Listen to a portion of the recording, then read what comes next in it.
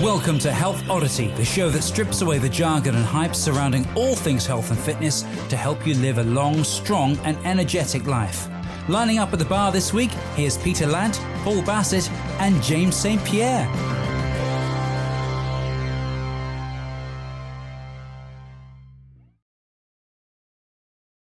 Hello, it's the Health Oddity podcast, as you've just heard. With myself, Peter, we have James, who's seated over here, hopefully, because when I point, it doesn't point in the right direction. And we have Paul down there, looking cool as you like. Sat in a graveyard in Putney. Yeah, he's I'm sat in a graveyard in Putney, yeah, so pretty cool. That's where I hang out, you know? Yeah, absolutely, and why not? There you go. In these strange times, you do strange things, right?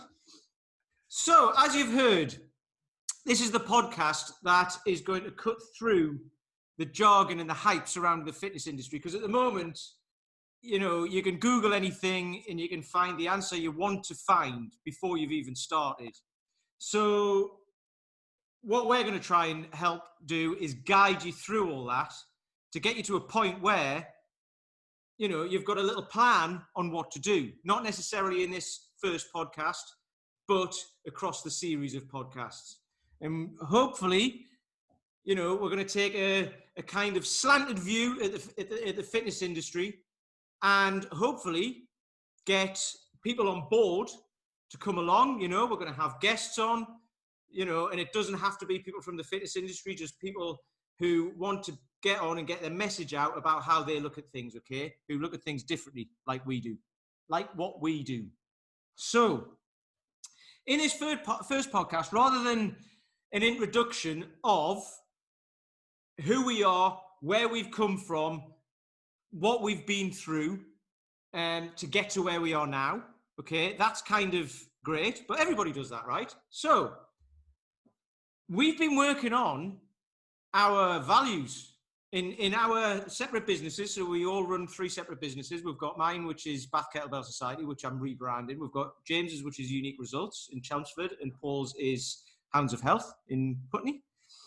And we're all kind of looking at those and seeing what our values are, seeing what our core beliefs are, okay?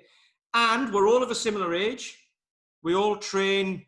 So, you know, we're kind of training men and women between late 30s up to 70s with James, right?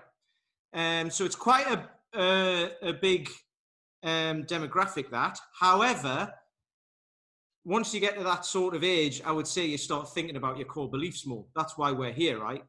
And I think that. I think, you know, we're in our 40s and you start to think about that. So I don't know, James, do you want to start with that? Do you reckon? What you've been working on with your beliefs and how your business is, what direction that's taken? Yeah, no, definitely. I think, you know, I've been in the industry for sort of over 20 years now. So you kind of, you do every now and then, or every year, or every couple of years, you kind of reassess where you are, what you've learned, who you're working with, what's working, what's not working. And you do that with your own training. And then you obviously what you do, how you live your own life, then kind of cascades onto how you look after your members, doesn't it? You know, the way you live is often the way that you kind of try and help other people live as well. And the things that you learn, you then pass on to others. So for me, recently, it's been a lot more about sort of simplicity and trying to live a more simple life, trying to do things, strip away the sort of superfluous, get rid of the complicated, and strip things back to basics. You know, I suppose you could say as a broad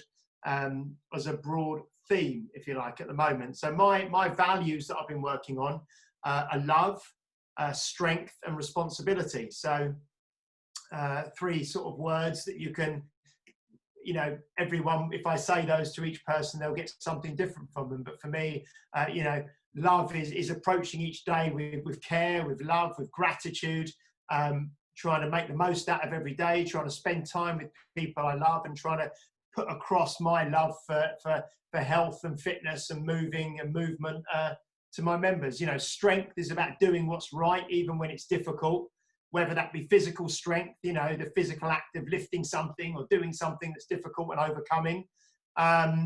and responsibility, which I think is massive for my members and for myself, taking personal responsibility for where I am and where we are and trying to move forward. So that's where I'm kind of at the moment in terms of my values and my main themes that I'm working with members and with my business and myself as well. That's great as well, because so you've got strength in there, right? We're going to talk about that because that's what we do. And people get scared of that, I think, because they think it's lifting heavy stuff, right? So, you obviously, you have elderly people come to your gym, people in the, well, I say elderly, but people in the 50s, 60s, into the 70s. Older, yeah. 50s and 60s isn't elderly these days, is it? But, so what's their main struggle, do you think, when they're coming in? Do you about this stuff, think, well, I'm not going to be able to do that. It's scary. It's a scary place to be, right?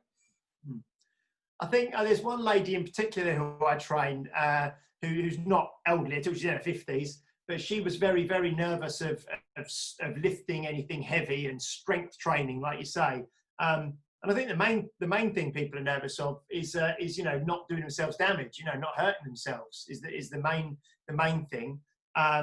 So with these sort of people, and with her herself, we just, it's progressive resistance exercise. You start just purely working on the movement without much load, and then you gradually just engender some confidence in the person and some confidence they can do it and they're not going to hurt themselves, and then gradually just increase, and then you just sort of see this little spark of belief, self-belief, and feeling stronger and actually overcoming. And that's a massive thing for anyone, to actually feel that they're growing and developing and getting stronger is so powerful, especially for everyone, but especially for maybe women in their 50s and 60s who've never really felt like that before in their life. That's what I love and why I love working with those sort of people.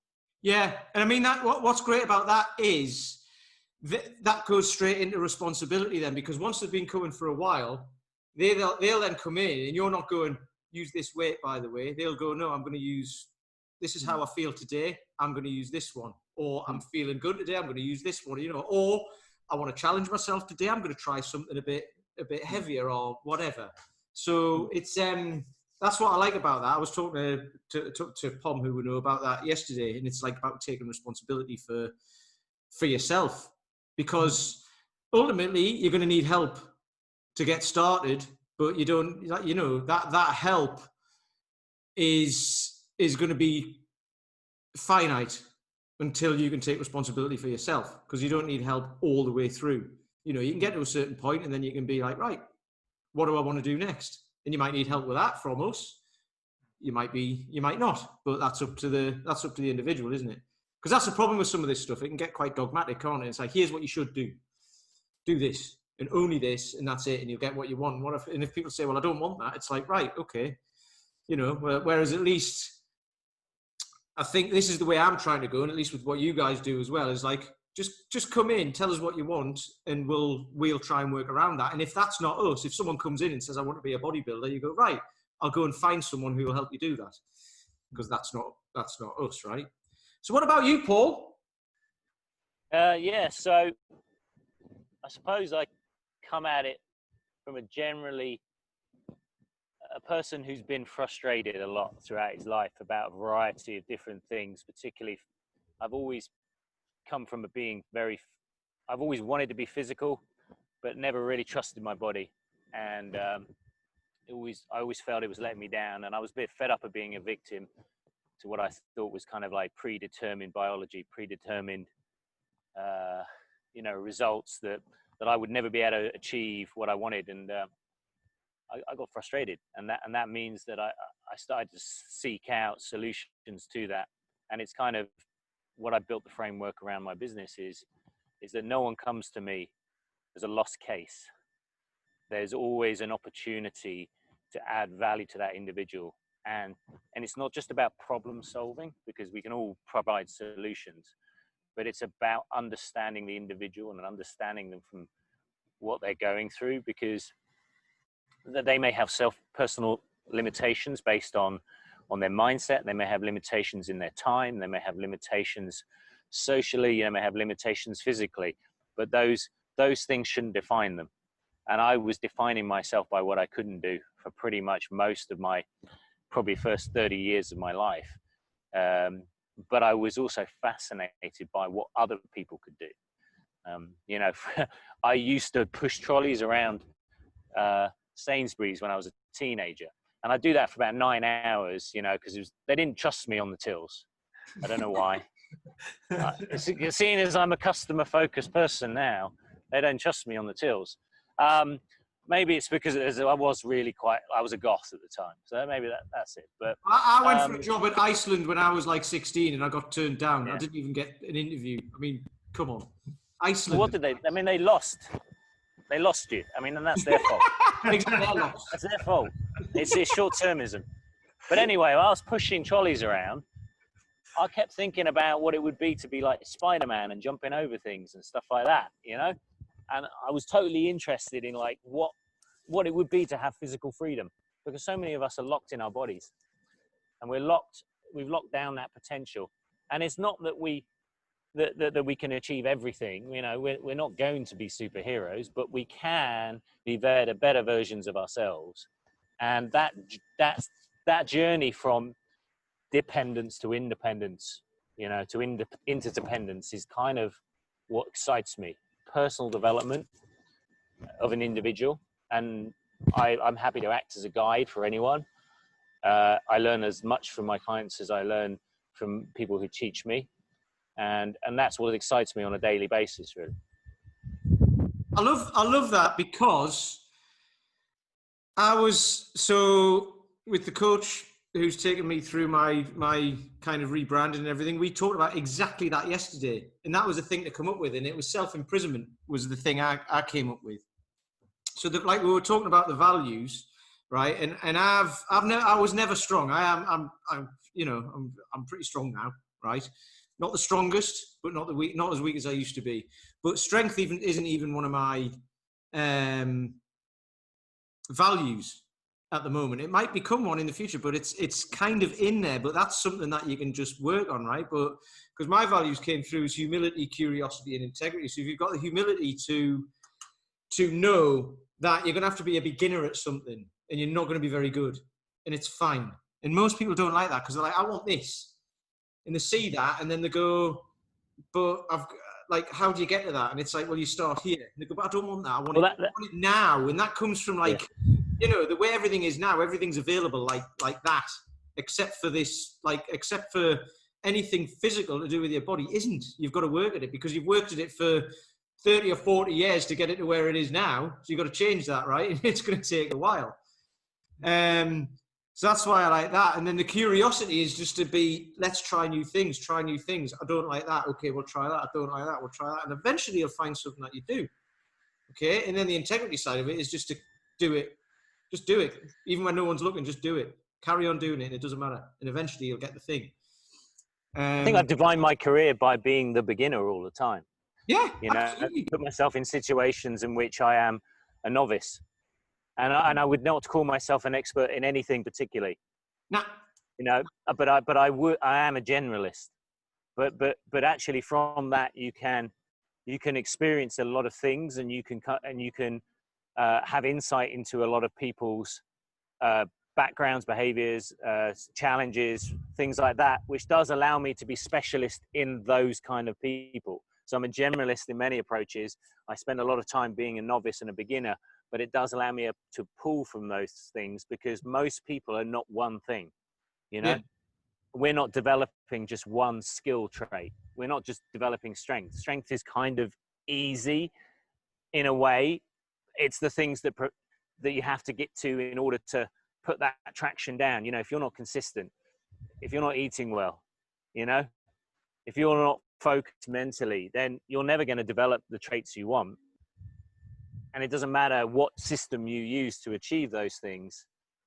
You've got to get the fundamentals in place, which is the mindset. It is the belief. It is the trust, the timetable management, all those things, you know. And those are the bits that you say that people want to skip. They want to go, well, I want the six pack. I want the beach ready body. I want to be the healthiest version of me. I mean, I speak to people all the time, and they're, you know, and timelines are just skewed currently in society. You know, this sense of what it is to master. And I know, Peter, you put some stuff about mastery up on some of your social media. Mastery doesn't happen overnight, you know? No, that book, what's his name? George Leonard. Yeah, George Leonard, Mastery, great book. If you can find it anywhere, I've got it here, but it's quite tough to find. But it's a great book. And that the main bit in that is, and Dan John says this all the time because he's like from that book, is learn to love the plateau. Because everyone wants to be progressing all the time, but most of the time you're going to be just edging along where you are. And if you don't like that, you're going to then go, I'm not doing that anymore. And you're going to try something else because you get immediate gains or immediate progress. But then that'll stall. Take David Bowie. See, segue. So here's the thing, right? Health Oddity, Space Odyssey. It's all quite easy. We can see the connections, can't we? But I named my business after a Kate Bush song. Hounds of Love, Hounds of Health. Yeah, it's so many levels, so many levels. However, David Bowie didn't put out great records for a long time. You know, from about 1980, since Let's Dance, until probably mid-90s, maybe even late 90s. It was pretty dodgy work. Some of it was good, little bits here and there. But it wasn't until his last couple of albums where he came back again, you know, and he had that plateau. He had the plateau, but I think I can top that.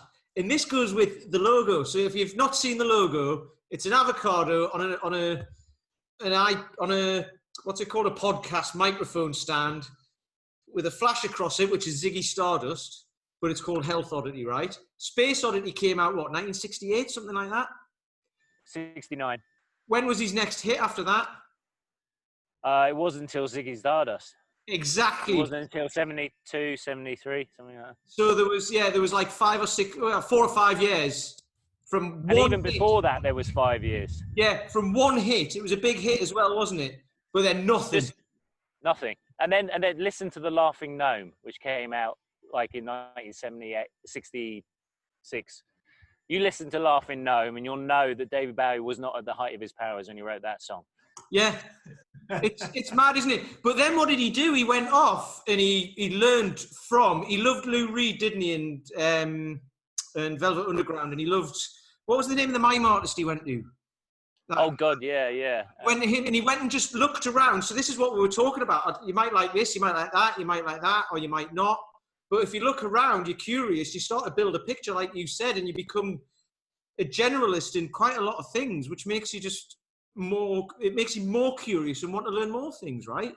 Yeah, he wasn't the best singer, he wasn't the best musician, but he was very clear in his thinking, and he could apply very difficult concepts and make them simple. And I suppose one of the things the fitness industry does badly is it makes everything sound so damn complicated. Yes. and it kind of isn't really, but individuals, there is a lot of difference between individuals, but there are general principles, and I think I'd be interested through our discussions on this is to kind of get to the root of what the principles are, but also not just having that knowledge. It's about how do you apply it to you as a person to make it work, because you don't need to do everything in order to achieve something really, really good. You just got to find out the best method of making it stick. It's also looking at the ones. Sorry, James, that was one of the ones that was in your thing, wasn't it? You can do anything, but you can't do everything. And that's... Yeah. And the thing is as well, it's looking at where, obviously you've got lots of, like in any area of life, you've got lots of people with lots of different views on different things. So for example, if we take diet and nutrition, for example, I mean, there's millions of books out there on the best way to eat, and you've got everything from, from the polar opposites of being a vegan to being on the carnivore diet, to being paleo, to being, keto, to fasting, to, all of this sort of stuff. And the main thing, the best way to look at it is to look at where people agree, and that's the thing, isn't it? It's looking, there's so much, there aren't many areas, but there's a few areas that most people agree on, and I suppose you could call them the kind of the truths. And the other thing is that if you make something sound fairly simple, it's hard to sell it. You know, you almost have to kind of shroud something in complication and science and say, well, actually, if you want to know about this, you have to come to me and pay me for it because it's too complicated for you to understand.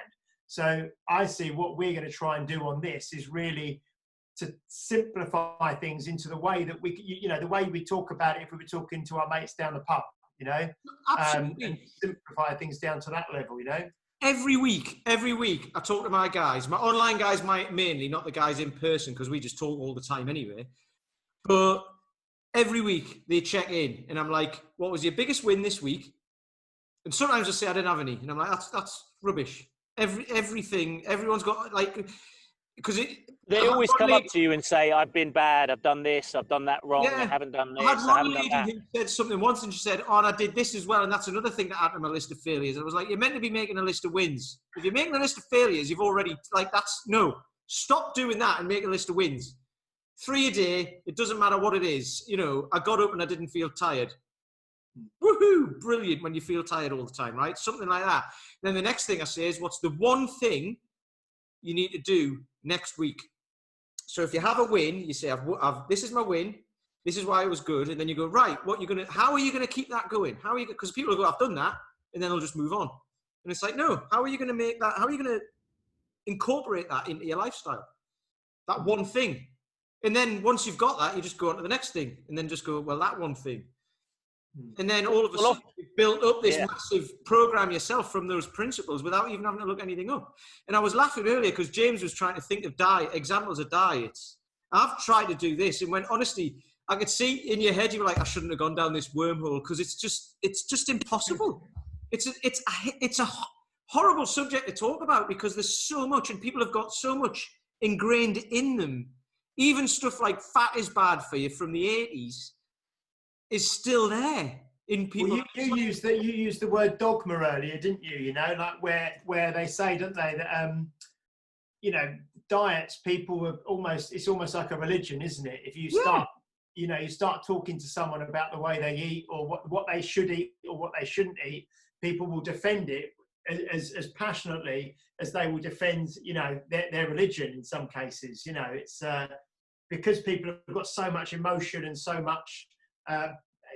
Everything, ethics, beliefs, morality, all this kind of thing gets wound up in what we eat nowadays. I mean, that's a massive subject, obviously. But then couple that with people who can be like, obese people who've got a poor relationship with food. So it's almost like you're attacking. So even if you haven't, but you've got these beliefs, you're attacking someone personally pretty much. And then if you've got a poor relationship with food, it's almost like tackling someone personally saying you've failed. So, that's why it's it's up there with politics and religion, I think, nutrition, definitely. Like as something just to stay away from as much as possible unless someone asks you with an open mind. Yeah. It's funny because I often come off, because I speak to a lot of people apply for my programs, and I'll take them through the general kind of format of my initial program, which is a 28-day program. That what can you get done in 28 days? Well, you can make a massive start, and you can do it in a sense where there's low commitment. Because one of the things that people come to us worrying about or have an anxiety around is it just won't work because things haven't worked in the past. But often I'll take people through my minimum commitment, which is training twice a week with a focus on strength training, mobility. And obviously good quality movement, some basics there. And then obviously a focused nutrition plan. And then secondary to that, actually I think it's quite important. There's community around of other people who are sharing the same experience, because otherwise it's just a lonely thing to do. And then having the accountability alongside that. But a lot of people come back to me and say, is that all?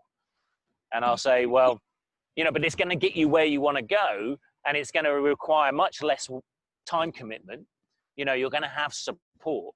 So yeah, you could probably go to a gym which gives you unlimited access, but access doesn't get a result.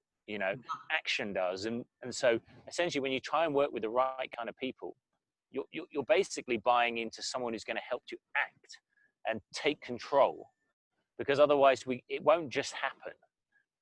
And I think a lot of people, when they contact us, they're in the state of mind in which they know they need to do something, but they're kind of frozen by choice. They're frozen by inaction. Paradox And, choice. It's a thing. thinking about it is not acting. Thinking about it is a form of inaction. And it takes time to learn the skill of acting. We're all doing this at all times. Us putting together a podcast, us training ourselves, us trying to better ourselves, whatever it is, being a better parent, being better at work, being a better friend, you name it. All these things take input and time, and they're not easy. Well, with that, great. I love that, because the whole thing of like being a beginner, being willing to look silly and all of that, that's us right now. That is this podcast. Because, we've not really, none of us have really done this before. I've done it a little bit, but not very much. So we're excited to hear feedback on it. Any questions anyone's got, any topics anyone wants us to talk about, anything that's confusing them, anything like that. That is what we're doing. This is a conversation. It's not just a conversation between us three and any guests that we'll have on. It's a conversation for you guys who are listening to it. That's exactly what we want. So I love that. That is absolutely perfect. And that's the other thing of,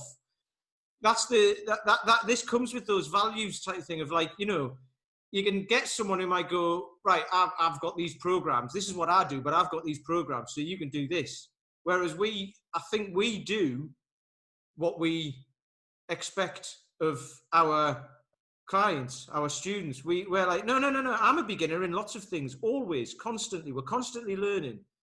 The students of strength, students of mobility, students of nutrition, it's just students of everything, just constantly being a student, focusing on one thing to get to where you want to be on that. But then once you're there, you can then move on to the next thing without saying, well, I'm going to focus on that. That's hard. Now I'll focus on that instead. And then you're all over the place. And that was the other thing about keeping it simple. Like you said, people go, is that it? And if you show someone that that's it, because we get lots of, I'm sure you do as well, it's easy for you. It's easy for you. And it's like, nah, I had to make this my life. My life was completely different. Yours was as well, Paul. I know that. But you have to make this your life. Or we did make it our life because of that, because you said as well, Paul, I know you're like this as well. Well, we all are. You get geeky about it, right? And you want to know as much as possible. But if you just show someone it's actually that simple, they'll say, okay, well, if it is, what can I add to it? What more can I do then? And it's like, but that's where you start adding more to it. And then you go, it's too hard. And then you give up, right? Rather than just actually saying, hitting that spot and saying, right, I'm just going to do that one thing or those two things or whatever. And do that for a month, for 28 days. And then at least you've got basically someone turning up consistently for 28 days is the best start you can have, right? Turn up and enjoy it. There was I don't know if either of you watched the film. I like watching films, but there was you do. Yeah. There's one with The Rock and Kevin Hart. I think it was. I was about to say, we've got a film review coming.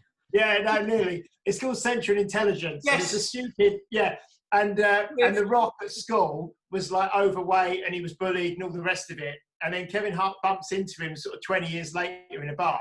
And he's now, The Rock as he is.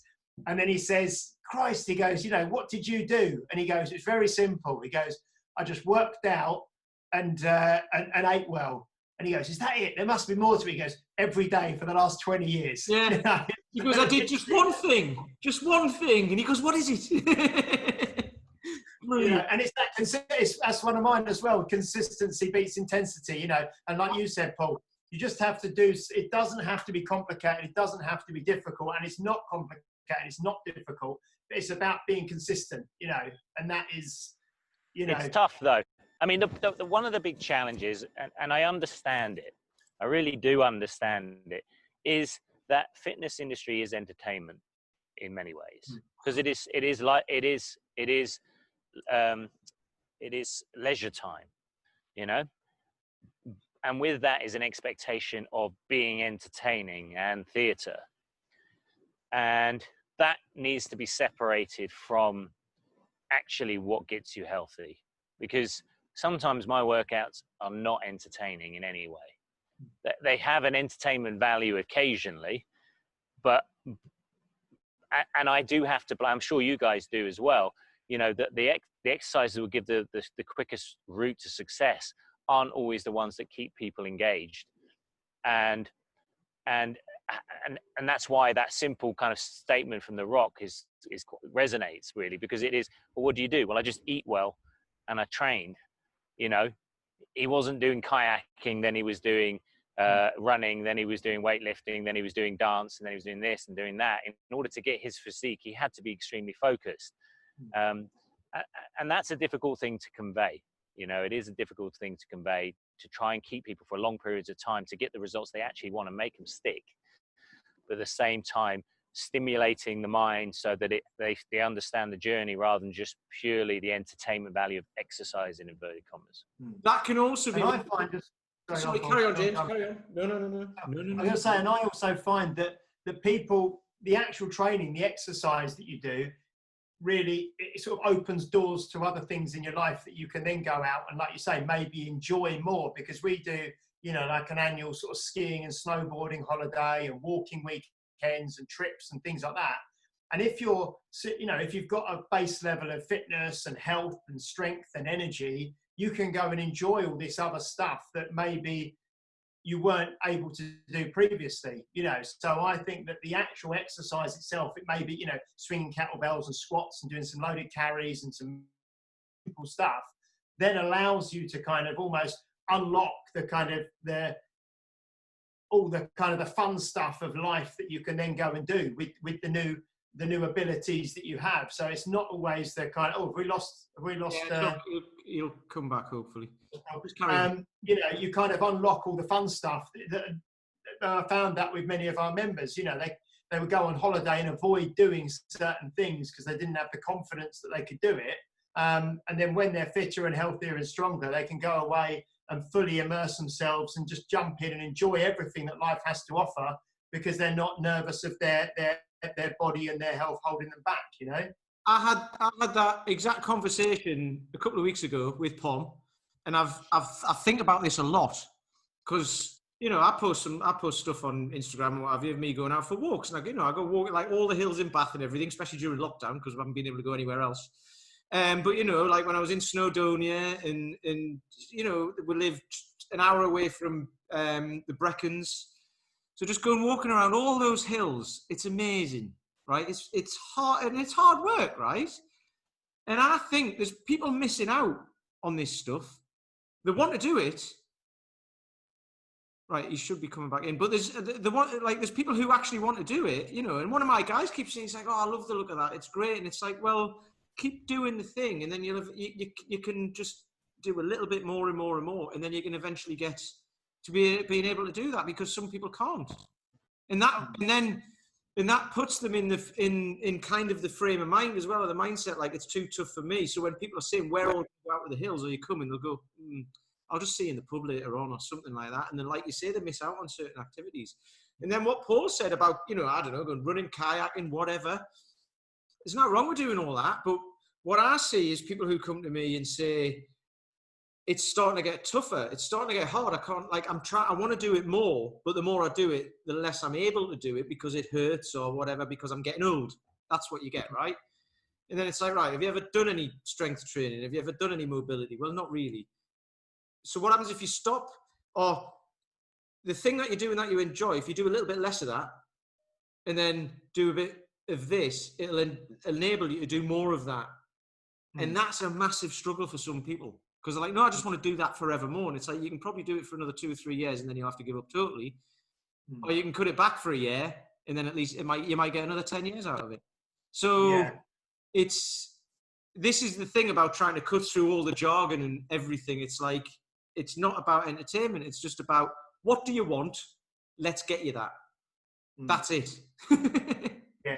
In the most sort of time efficient way. I know Dan John talks about, you know, the minimum effective dose of certain movements and exercises and things. You know, what you don't want to really, most people don't want to be living their life in a gym or exactly, you know, exercising. They want to be spending time with their loved ones, with their children, with their family, with their mates, on holidays, that sort of thing. So it's not about, you know, like I know we both agree, you know, it's not about trying to live life like a monk. You know, it's not trying to, you know, have no alcohol, never go out, never socialise, just training 6 hours a day. That's not what life's about for me, you know.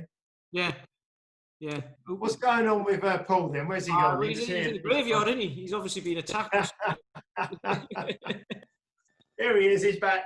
Oh, sorry, guys. My phone was in the sun, and it heated up. Yes. If you're listening anywhere else in the world, we're in the UK, and it's actually hot, and it's not raining. So there you go. Imagine that. There we go. I'll put myself. I've had that a few times since lockdown. I've been doing sessions with my iPad in the sun, and they just, once it overheats, it just shuts down and says I've got to cool down for a bit. It's great. Yeah. Basically, everyone knows what my flat looks like now. Everyone knows what James's back garden looks like. You know, it's that's not a euphemism. Everyone knows. I reckon. I think that's a good first attempt. What do you reckon?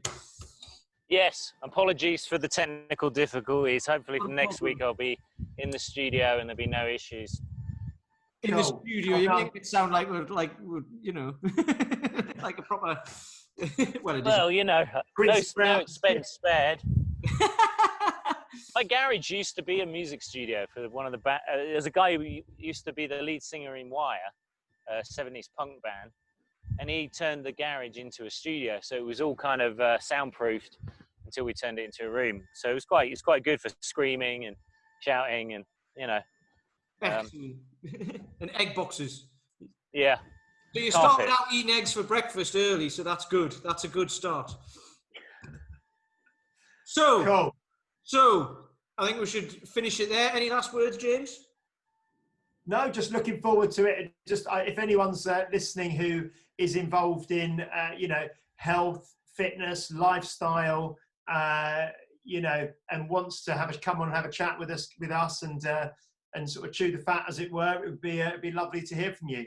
Excellent. Yeah, I mean, based on that, I've already got a list of 5 or 6 people who are in the pipeline who I've kind of spoken to and said, yep, would love to do that. So that's cool. What about you, Paul? Anything to close with? Yeah, I think it's just that, you know, we're looking for topics. You know, one of the reasons we've all started talking together is because we kind of share the same outlook on the world, but at the same time, we do want it tested, you know. So if anyone has any interesting opposing views or different concepts for us to get our teeth into, I'd be interested in kind of putting myself into an uncomfortable position, not just sitting out here cross-legged for an hour, but mentally trying to just kind of get the concepts around some of the things that the industry talks about. You know, there's TV shows all the time, and typically, you know, fitness trainers are negative about certain weight loss TV shows or popular myths and things like this. And I'd be interested to find out some of the positive stories around what we typically rail against in the fitness industry, just to test myself and just to put myself see a different side of the industry, different perspective, you know. Totally get that. And that, I mean, that comes in with something I saw the other day, and it was basically how the world, through social media and everything, has become, rather than a discussion, it's become a broadcast. And, you know, everyone's an expert these days, you know. So, like we say, we're more generalists. We're not necessarily experts on anything, but we know a lot of things, right? However, we are, like you've just said, we are willing to be challenged on them and have discussions. And if anyone wants to do that, you know, we're open to it. We're all beginners, right? That's it. You know, I mean, I had a discussion today with someone, and it was politics. We don't go into politics in this thing, but they made assumptions about what I believed in. And that was based on one thought. And I think that's one of the problems with the fitness industry is we believe that if you think one thing, therefore you think this, this, and this. Yeah. And it's also assumptions that we make about our clients. So if you're a trainer, you come across someone and you make an assumption, it could be right, it may be wrong, who knows? But you make a set of assumptions about what you think that person can do, what that person can afford, what that person wants. And it isn't that simple. You know, what you want for your client is not what they want, and vice versa. So there's a lot of complexity when we're dealing with people. Absolutely. I think people can say they don't do that, but they do. You try your hardest not to do that, but it's just, you can't be helped. It can't be helped. That we all do that. Yeah. Well, that's great. I think we should finish there. So yeah, any questions, any comments, give us a like, give us a share, give us a review, or obviously a 5-star review, you know, because you've heard this one episode of the podcast and you know it's great. So there we go. We'll go from there. Well, if you give us a 1-star review, we can discuss that as well. Whoa, don't listen to him. We'll cut it off there. We'll cut it off there. We shall see you on the next one. Thanks for coming. Say bye, James. See you later. Bye-bye. Say bye, Paul. Paul waved. Bye-bye. See ya. I'm muted. There we go. Technology. Right, done. You've been listening to Health Odyssey with Peter Lant, Paul Bassett and James St. Pierre. To get your regular fix of hype-free health, you can subscribe and leave a review wherever you get your favourite podcasts. You can find out more on today's and other topics at healthodyssey.com or find us on Facebook or Instagram by searching for Health Odyssey.